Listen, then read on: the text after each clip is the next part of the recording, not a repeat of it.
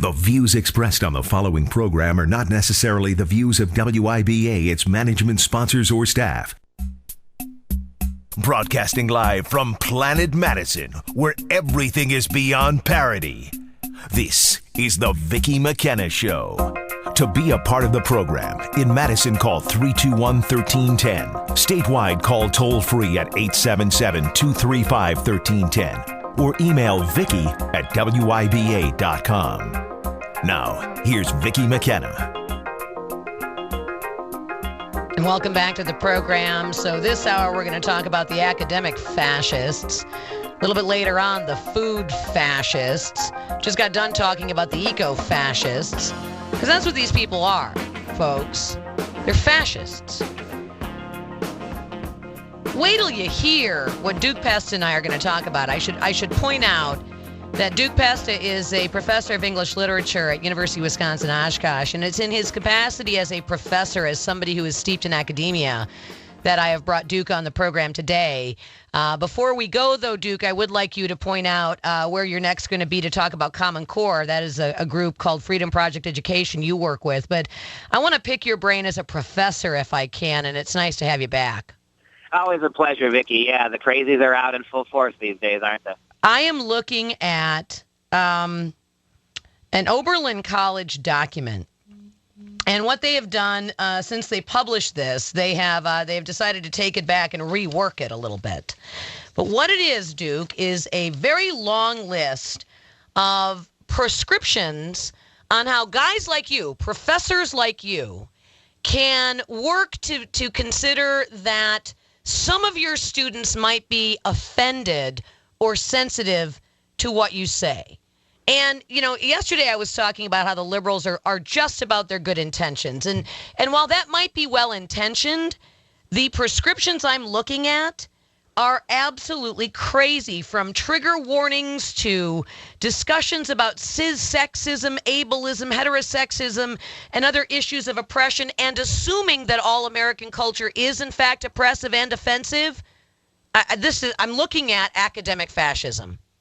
Yeah, you know, one of the most shocking aspects of this is the triggers that you mentioned. They want to brand almost every single book your kid might encounter in college, particularly literature books. They want to brand them. If you got a great work of art like Dante's Inferno that deals with a suicide in one canto, you want to warn kids that there might be suicide in this book, so be careful whether you read it. Other books, and the thing that's so frustrating, actually amusing / frustrating, is that these liberal fascists now are engulfing even liberal books with this nonsense. They want to warn kids about any potential violence, any potential sex, any potential ideologies or isms that might be traumatizing to kids, any kind of prejudice. They want to literally label the great works of the Western classics. They want to label them so that anybody who takes any offense at any aspect of them is warned and has a chance to opt out. Well, isn't this interesting? And we are going to talk about Common Core, but Common Core devaluing literature itself. This is a way that college campuses are going to eventually devalue literature. Let me give you an example, give everybody an example of what Duke is talking about with a trigger warning. I'm going to quote from this document. This was put out by Oberlin. Oberlin is just the latest college, by the way, to go down this path. Issue a trigger warning. A trigger warning is a statement that warns people of a potential trigger so they can prepare for and choose to avoid the trigger. Issuing a trigger warning will also show students you care about their safety. You may hesitate to issue a trigger warning or try to compose a vague trigger warning because you might feel it would also be a spoiler, but a trigger warning does not need to give everything away. If you're warning people about the issue of suicide, for instance, and things fall apart, you can write, trigger warning. This book contains scenes of suicide. You don't necessarily need to give away the plot. However, even if a trigger warning does contain a spoiler, experiencing a trigger is always, always, always worse than experiencing a spoiler. Try to avoid using graphic language, but do give students a hint about what might be triggering the material. If you say something like, this movie may be upsetting to some of you, Well, that can sound patronizing and lead everyone who's experienced trauma to feel like they might have a terrible time. Try instead saying, this movie contains scenes of racism, including slurs and even physical violence, but I believe the movie itself is worth exposing in order to stand against racism, and I think it's important to our work here. I could vomit. This is like putting words in the mouths of professors when it's supposed to be my job as a student to expose myself to that material and think about it the way I choose to think about it. My favorite part, if you read a little further, is at one point, these half-wits, and let's keep in mind, Vicki, that this is a student initiative. Obviously, these kids have been fueled by their teachers. Obviously, leftist faculty are behind this, but these are student initiatives across the country. And one of my favorite parts is if you read a little bit further, at one point, these half-wits go on to say, now be careful. Because if you warn your students about suicide in a book about suicide, by warning them about suicide, you're putting suicide in their heads in the trigger warning. So maybe you shouldn't warn them with the word you want to warn them about. This is the level of absolute Orwellian doublespeak we've come to now in universities. It's crazy. It is. As you look at this, it's educate yourself about racism, classism, sexism, heterosexism, cissexism. What the hell is cissexism? Ableism and other issues of oppression. Anticipate these issues entering the discussion. Think about how you could support positive ideas in discussion and invite and accept pushback in the classroom. Does that mean that I can say that you're full of crap by talking about things constantly from the perspective of conflict and warning me about things that I should be able to interpret for myself? Yeah, and in fact, couldn't you make an argument that the entire humanities paradigm now that is so engrossed in race, class, and gender, by definition, the entire liberal way, Marxist way we're teaching the humanities is itself a trigger because in trying to fight these things, it is calling attention to them. And so then we can therefore completely nullify the entire faculty of humanities departments because by definition, they're participating in this kind of trauma. No kidding. I mean, you're promoting the trauma, for heaven's sake. All right, well, this is just one in the latest long line of examples, of this sort of speech police mentality. But it's designed to produce a bland, compliant population. It's designed to deconstruct truth. It's designed to deconstruct logic. It's designed to make sure that folks who are going through the sausage machine of the university system come out thinking correctly. That's what this is about, correct thoughts. Yep, and let's be careful, Vicki. Sausage is offensive to Muslims and offensive to vegetarians. My so let's apologies. make sure it's turkey sausage, okay? Because we don't want to have any crisis of conscience and trigger any warning. Turkey sausage is offensive to vegans. So there you go. But that's what it's about. It's about correct thoughts. It is. And you know what's so frustrating about it, too, is the premise is that I am now responsible as a professor for anything that might have happened to one of my students over the 24-year course of their life. So that something happened to them when they were 6 or 8 or 12, and if there's some unsuspecting book in my class, I mean, I teach Shakespeare, Vicki. So, Shakespeare is full of all this human conflict. There's war, there's oppression, there's all sorts of stuff. Shakespeare, of course, is wonderfully humanistic in the way he approaches it, but it's there. So because I now, as a teacher, have to be junior psychologist, I have to be guidance counselor, I have to be best friend, I have to be looking out for every aspect of these kids' past, at what point does somebody... What this does is this really empowers students to be able to shut down books, to shut down discussion, to shut down the professor's ability to be able to delve into certain subjects. It is I like to call this children of the con, right? We've created now a generation of incredibly left-wing kids who are even more radical than their teachers. And so now what these kids are doing is it's like these kids that are picketing and barging into presidents of colleges' offices, demanding that the president divest from oil, that the universities divest from oil companies, and the presidents are caving in. These children now, who are more radical now than the teachers who radicalized them, they're going down paths that are beginning to make professors nervous, because now the kids who you've empowered with all this psychobabble nonsense are demanding you, even our liberal professors, completely change their ways to accommodate them. Well, why shouldn't they? And why shouldn't they? Because you've got, now this isn't about trigger warnings, but let's talk a little bit more about how left-wing fascism works.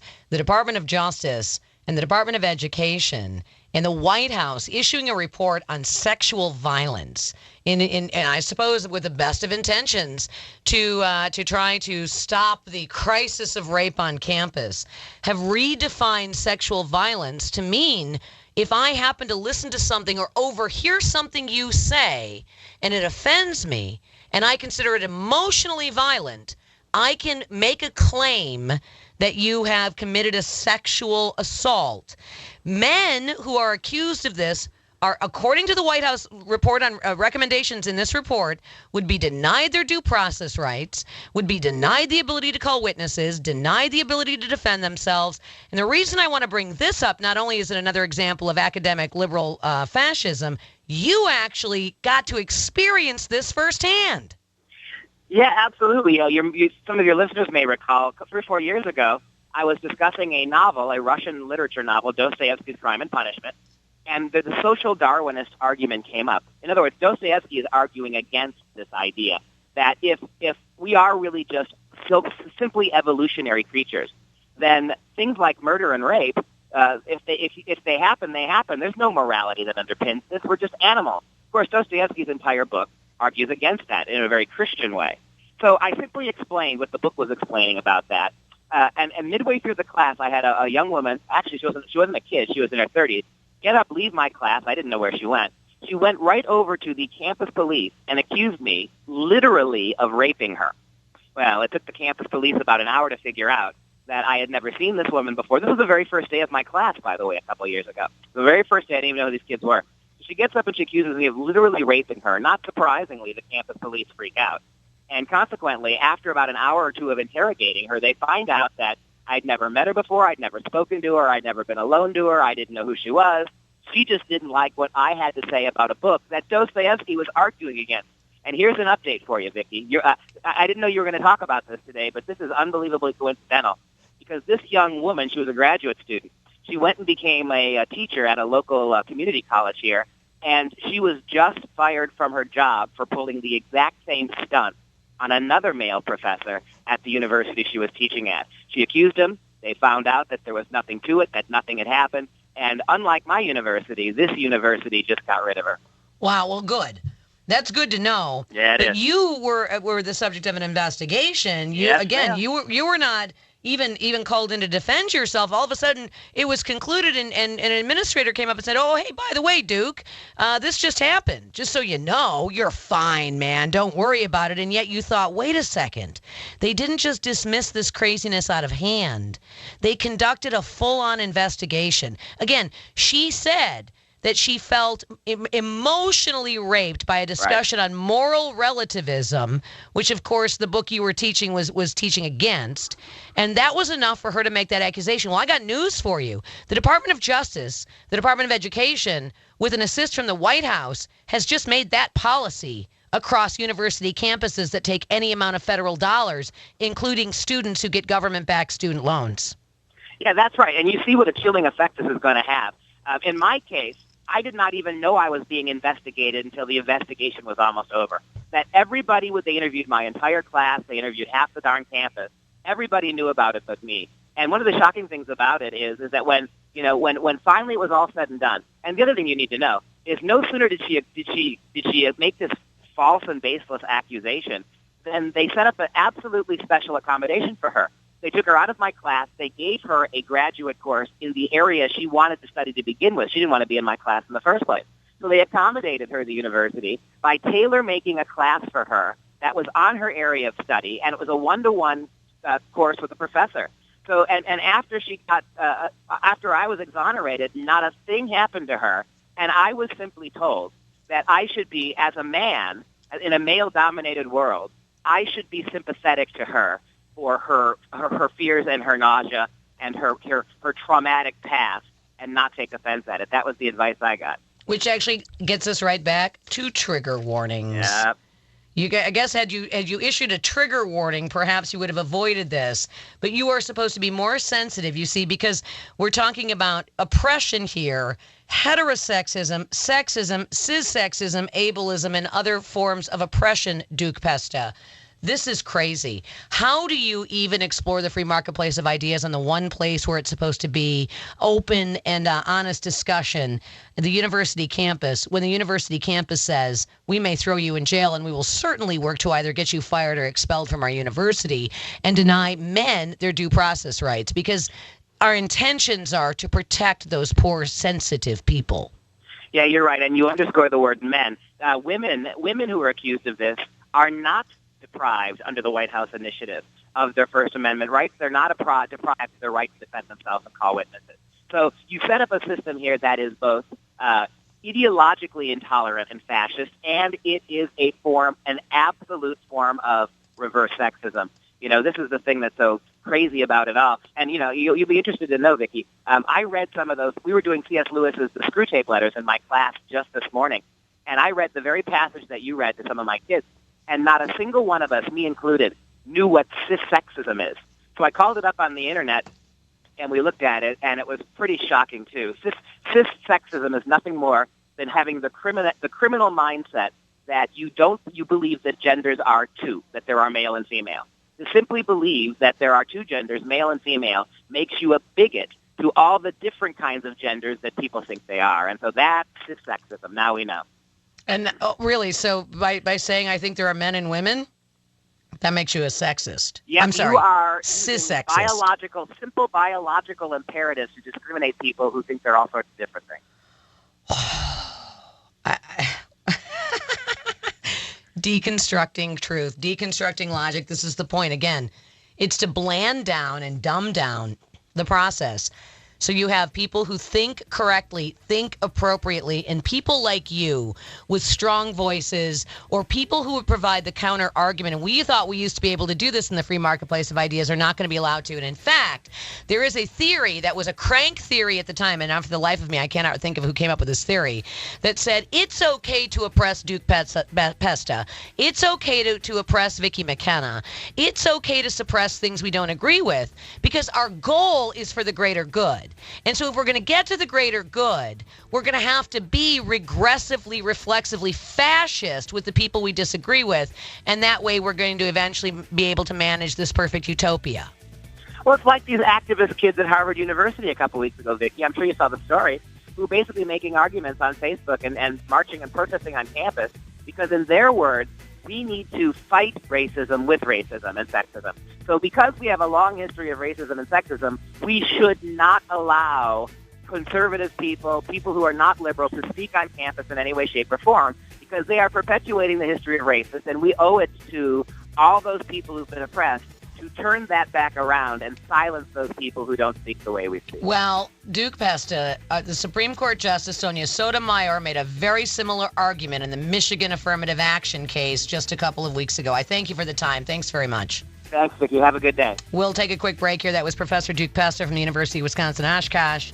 And well, it's just crazy. We'll be right back.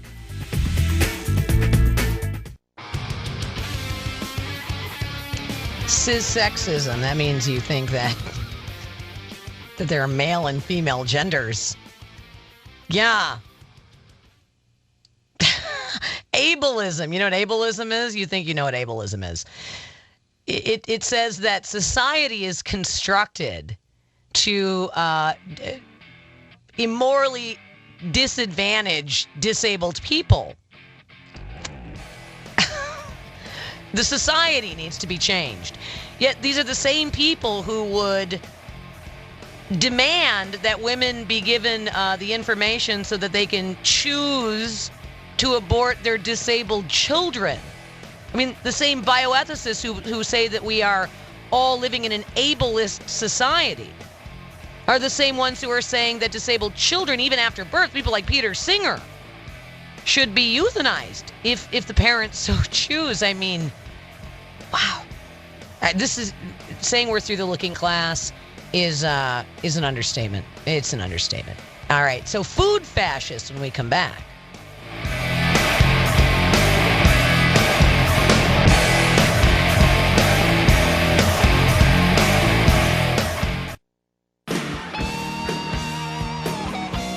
Hey, welcome back. Now to food fascism. That's the theme of this to this show today. Yesterday it was about intentions.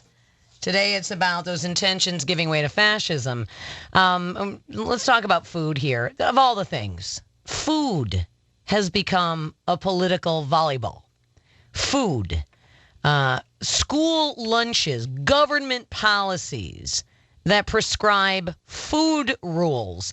And there are a lot of food rules because government policy prescribes the rules for schools. I have got, and let's share some of these absurdities on the air because I don't think people know just how bad this school nutrition program is and why on earth we're still laboring under it after it is shown to be an abject failure is beyond me. But Darren Baxt is on the phone from the Heritage Foundation to talk about this because we have the potential for the House to actually give states the option to just say, never mind. But Darren, the rules are nuts. Nuts, crazy. And I don't mean nuts, you can have a cup of nuts. I mean nuts as in Looney Tunes. Yeah, I doubt you could have nuts in the school lunch program. So it is the new standards for school lunch and school breakfast programs are really a disaster. Kids are not eating the food. They're throwing out the food. There's tons of food waste. The school districts simply can't afford it. It's so prescriptive. For example, a school district can't simply give vegetables to students. They have to actually provide red/orange vegetables, green vegetables, like leafy vegetables, starchy vegetables. So it's just absurd. They have to give. But the kids can't say no either. The kids can't say no. I'd rather not have that. Whether they like it or not, the kids are given those very prescribed vegetables, and the kids just throw them out. Exactly. And what's happening is a lot of kids are, first of all, they're not participating in the program. There's been a massive drop in participation in the school lunch program over the last couple of years. And kids will simply not eat. And what will happen, of course, is they'll just go home and eat even worse than they otherwise would. It kind of defeats the purpose. And these programs are kind of a one-size-fits-all type of deal and don't take into account the unique needs of students. For example, if you have an athlete that needs more calories than maybe some other student, that doesn't get taken into account. So here's what one of the superintendents in Waterford, Wisconsin said. Students complain about the taste. The portions are not big enough for athletes, and dollars get wasted on fruits and vegetables that students must take but often throw away. From the same report. This is, by the way, a GAO report. A suburban Chicago district that includes Arlington Heights, Illinois. The district spokesman said the new school lunch guidelines are too restrictive. For example, not allowing kids to buy hard-boiled eggs or certain yogurts. School officials also noted the new guidelines consider hummus to be too high in fat and pretzels to be too salty. Non-fat milk containers larger than 12 ounces couldn't be sold either. How crazy are the rules? Give us an idea of just how prescriptive these rules are. Why couldn't a kid buy a hard-boiled egg? Well, I think those examples kind of capture it pretty well. I think the idea of kind of detailing what kind of vegetables you have to provide, and you have to make it available, all these different types of vegetables. Students have no choice, but they actually have to be given a half cup of fruit and vegetables, and like you said, they have to take it and then just throw it out. That's what's happening. How about the states just say, look, we're not going to do this anymore, and the federal government say, okay, we're going to cancel it? Why hasn't that happened? Why is Michelle Obama saying on a conference call, Michelle Obama is a big proponent of this, that she intends to fight any efforts to weaken these rules. But these rules are actually costing schools money because if they're not given a waiver to get out of it, they actually have to pay money to keep maintaining these systems. Yeah, if schools want to participate in the federal program, they have to meet these standards. And you have to understand there's a lot of huge subsidies that are being provided to these school districts and also some actual commodities themselves. There's food provided as well. So it's a huge incentive to stay in these programs. So that gives you an idea that the fact that a lot of school districts are starting to leave the program at high cost, in large part because of this, tells you just how bad this must be, and that really does tell you a lot. It also is. It's very telling that the administration is willing to dig in. So now we have got to explore not just the sort of madness and silliness of the bureaucratization of food, but what's motivating the bureaucratization of food.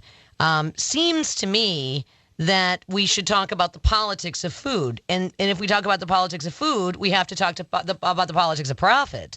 Because I think what really this gets at is processed, profit-based food companies that were easily able to supply schools with, spaghetti or, pork patties or chicken fingers or what.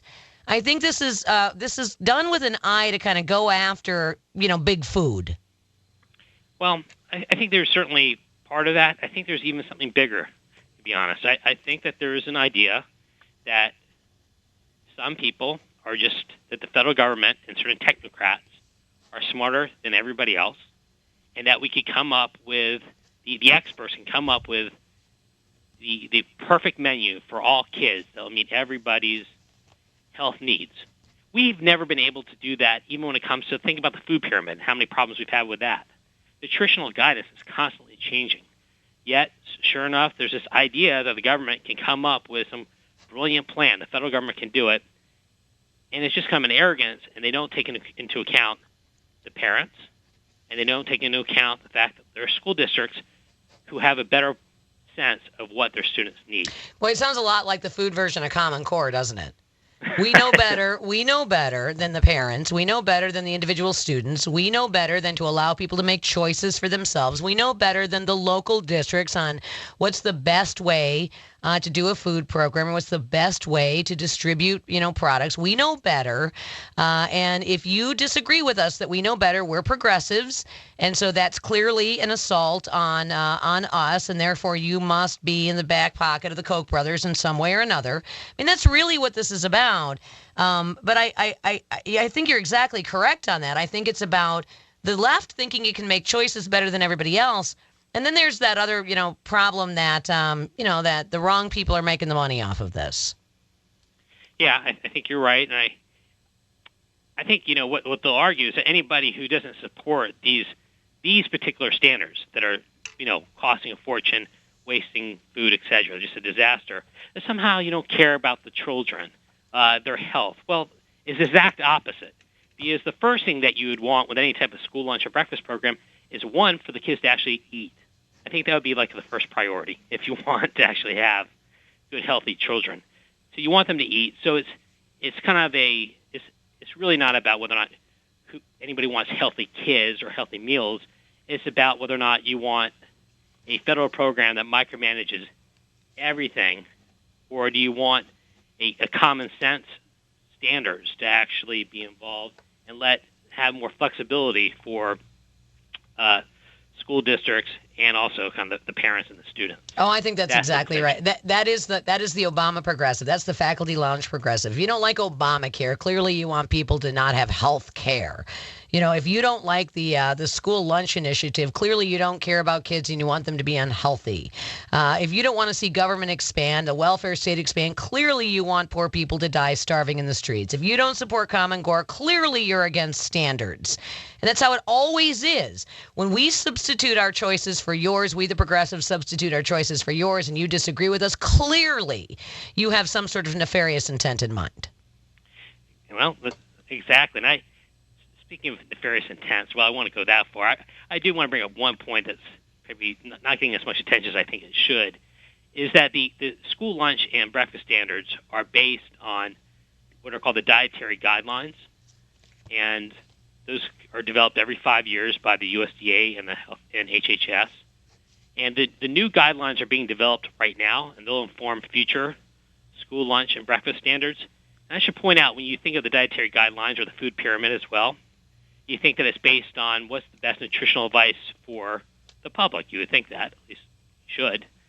Well, what's happening is that the advisory committee that's working on these dietary guidelines are actually taking into account issues like climate change, sustainability, like environmental factors, to actually develop the dietary guidelines.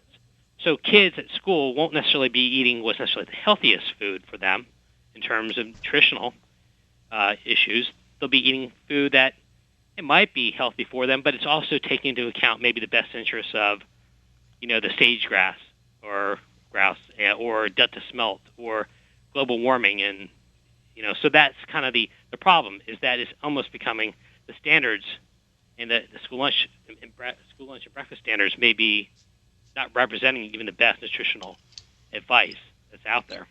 Oh, that's a real concern, what's happening. Darren. It's just, there is not a single element of American life that the progressives don't want to control. Not one single piece of American life that cannot be used to promote progressive politics. And in fact, I'm trying to think of one right now, and I can't. When you can actually make the nutritional guidelines and food pyramid be about global warming, you have really, that is the apex of all fingerprints of politics on American life. I appreciate the time as always, though. This is it would be funny if it weren't so scary. It'd be funny if they weren't messing with our food, but now they're messing with our food. But no, there is a chance. I mean, Congress can actually say we're not going to do this any longer. I wonder why they don't. Well, they're trying to at least give schools a potential waiver for a year. A year? Yeah, I know. They need to go much further. They need to address the underlying law. So let's hope they'll do that. I appreciate the time. Darren Bax, thanks very much from the Heritage Foundation on this. Climate change is motivating the decisions to force your kids to waste food, I guess, because that's going to save the planet. And force your kids to eat things that they wouldn't eat. And climate change is apparently why 12 ounces of non-fat milk is just too much, and pretzels are too salty. I'll be right back.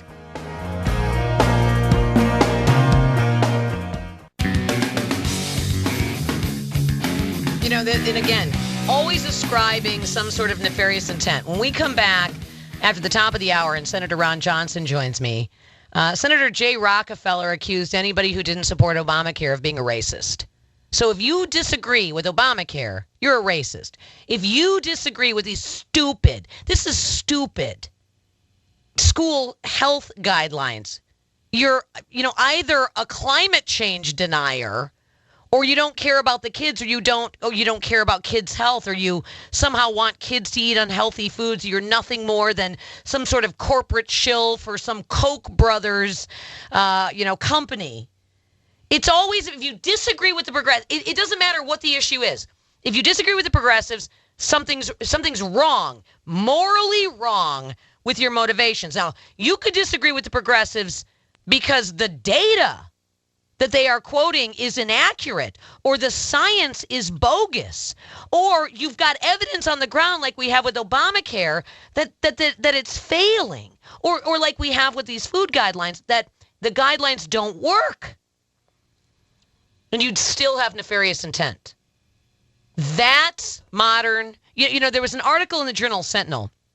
I don't know if anybody, read that. Why are we so politically divided? Well, we're politically divided in this country because the left wants us to be in existential battle with each other. That's why we are this politically divided. And Senator Johnson, when he comes on the program, he's going to explain, as he was explaining in his testimony before the Commerce Committee today, Obamacare wasn't passed on a bipartisan vote. It was passed on a partisan vote. And now anybody who disagrees with it somehow is ascribed bad intentions, bad motivations. If you disagree with the left, you're a bad person. If you don't just simply subscribe to their vision of this world, there's something wrong with you. That's how they are. That is why when Scott Walker introduced Act 10, when the legislature took on the Act 10 battles, it wasn't about disagreeing with Governor Walker or disagreeing with the legislature. It turned into a brutal, bloody, no-holds-barred battle. It still is like that. The left in the state of Wisconsin says that if you support Scott Walker, you hate people. You hate women. It's hate. If you support Scott Walker, that means you hate. If you support conservatives, that means you hate. How do you cannot have civil discourse when one side of the debate doesn't want to debate, but wants to accuse you of malintent if you disagree with them. And furthermore, not only do they want to accuse you of malintent, they want you punished because your intentions are not their intentions. Your intentions aren't pure. Theirs are. It's fascist is what it is. That's the word. Now, the left will say, no, it's not about us. No, you really are haters. No, you really are awful SOBs. No, you really are awful people. That's what they'll say. That's not true at all. You're just horrible, and we think you should be thrown in prison and never allowed to run for office. The commentators on MSNBC were saying conservatives should be disallowed from running for office. What? This is America 2014 under Barack Obama.